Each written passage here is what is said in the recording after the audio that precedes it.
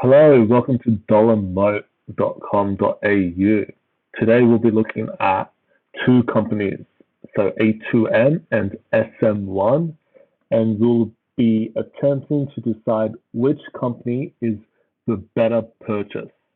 So to do that, we'll first look at quantitative analysis and then subsequently qualitative analysis. Regards to the quantitative analysis, that will be in 5 steps.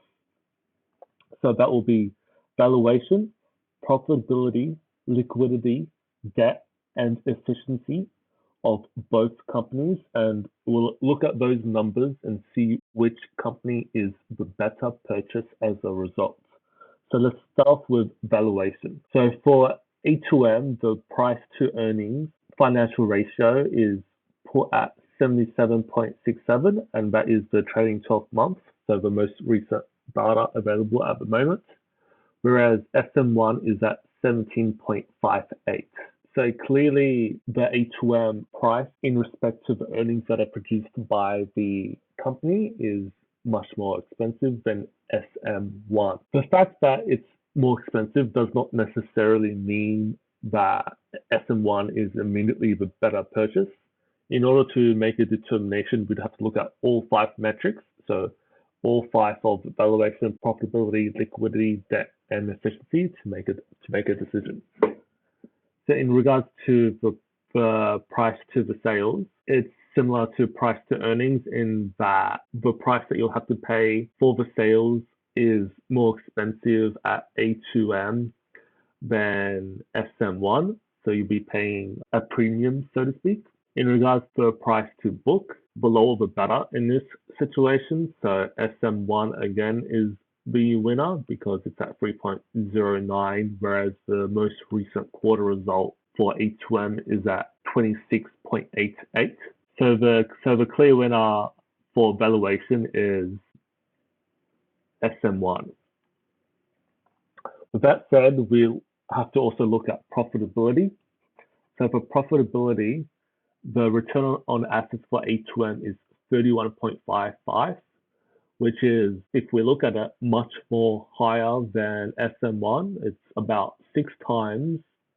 It's about 6 times higher than SM1. So A2M is 6 times better, approximately. Return on equity is again also similarly higher than SM1. So the A2M result is 40.39.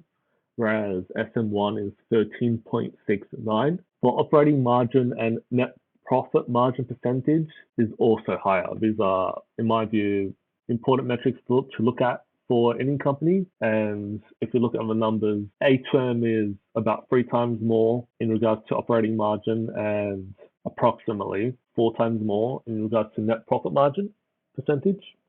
So in regards to the profitability metrics, A2M is the winner, which might actually, when you think about it, explain the high price to earnings and price to books and price to sales metrics, because it's a good business that is generating significant profits. So therefore, naturally, it's going to be much more, not much more, but more expensive to buy into. If we now look at liquidity and debt, in regards to liquidity and debt, if you look at the current ratio, so the current ratio is a metric to see if the company can pay off its short-term debt. If it's higher than 1, and the more higher it is, the better it will be. So A2M is at 3.69, which is more better than SM1. So the winner here is again A2M.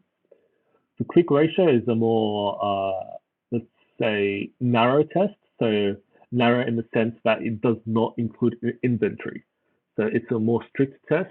And I think this is probably a more accurate indicator. If you look at the numbers, A2M is again the winner, and you'll see that there's a fairly noticeable drop in SM1. So there would possibly be some concern of if SM1 can meet its short-term debts if a very bad scenario happens. For A2M, they are in a pretty decent position. If we now look at the long-term debt to equity, A2M is quite low, which in this ratio is good because less debt typically for a company means better positioning. And if you look at SM1, they have much more debt in respect to equity.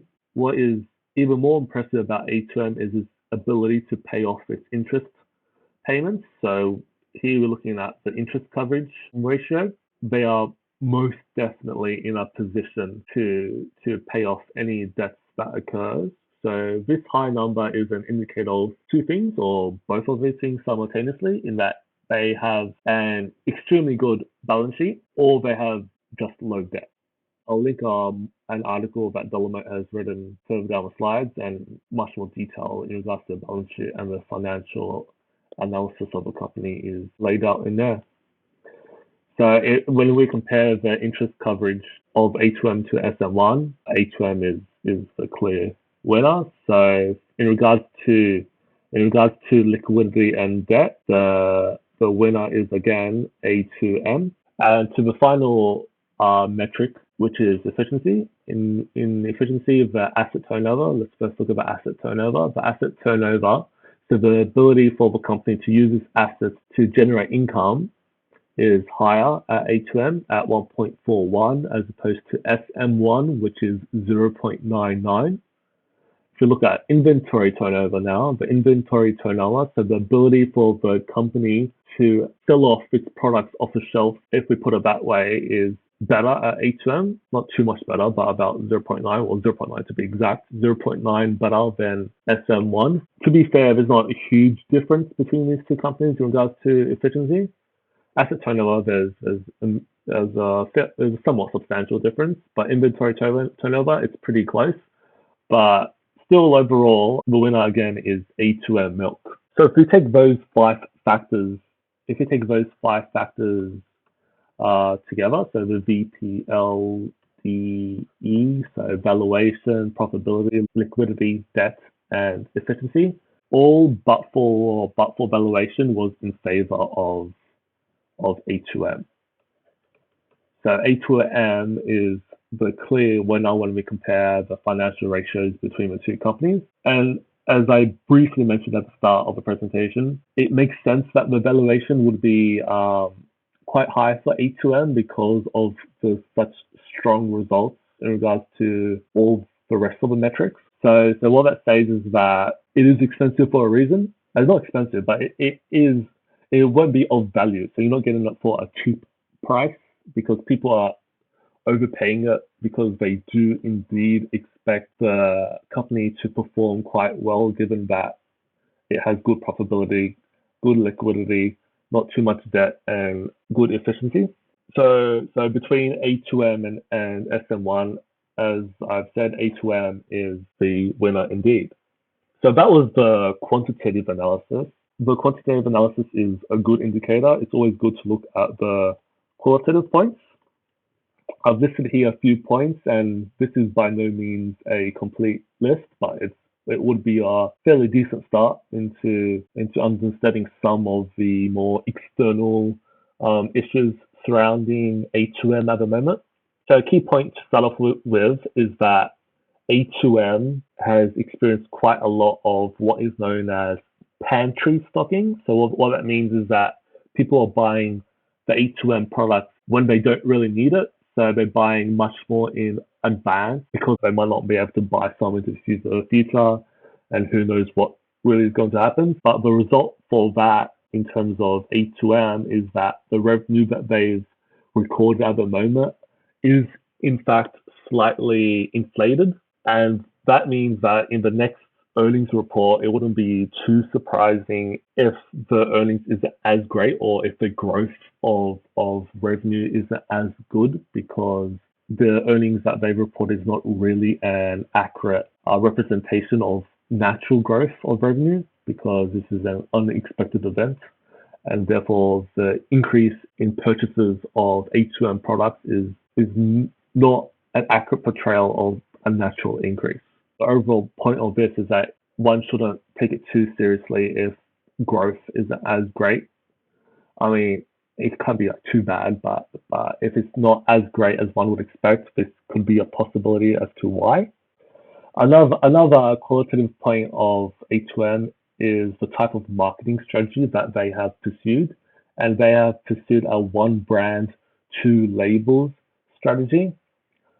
And what that means is that in Australia, there is the Australian A2M milk brand, but they have also established in China a dedicated Chinese brand.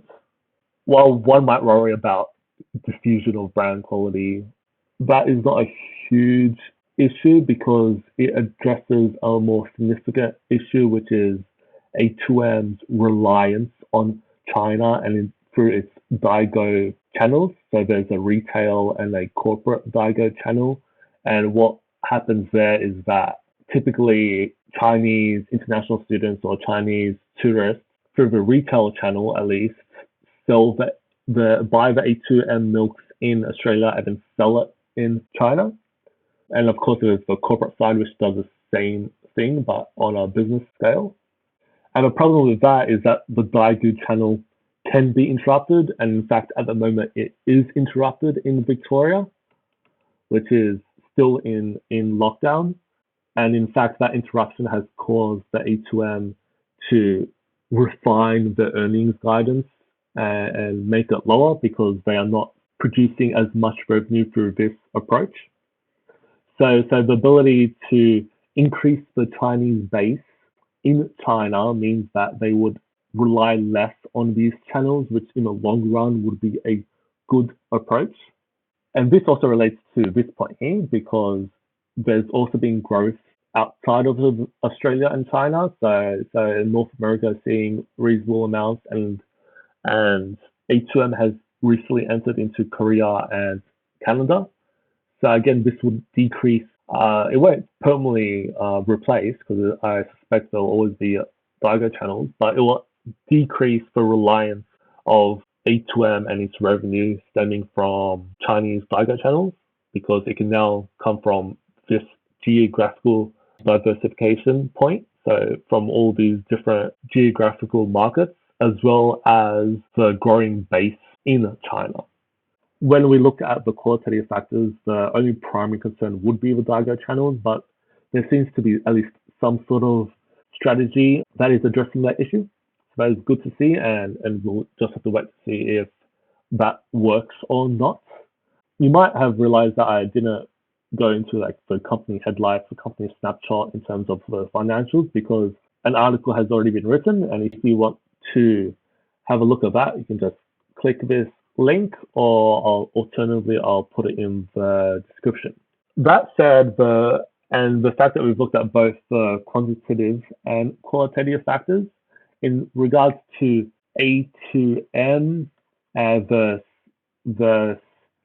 SM1, the clear winner, at least in my personal view, is A2M. Particularly at the current prices because of the issue regarding the corporate Daigou. It's roughly sitting at about 14 AUD, which I believe is quite a good price.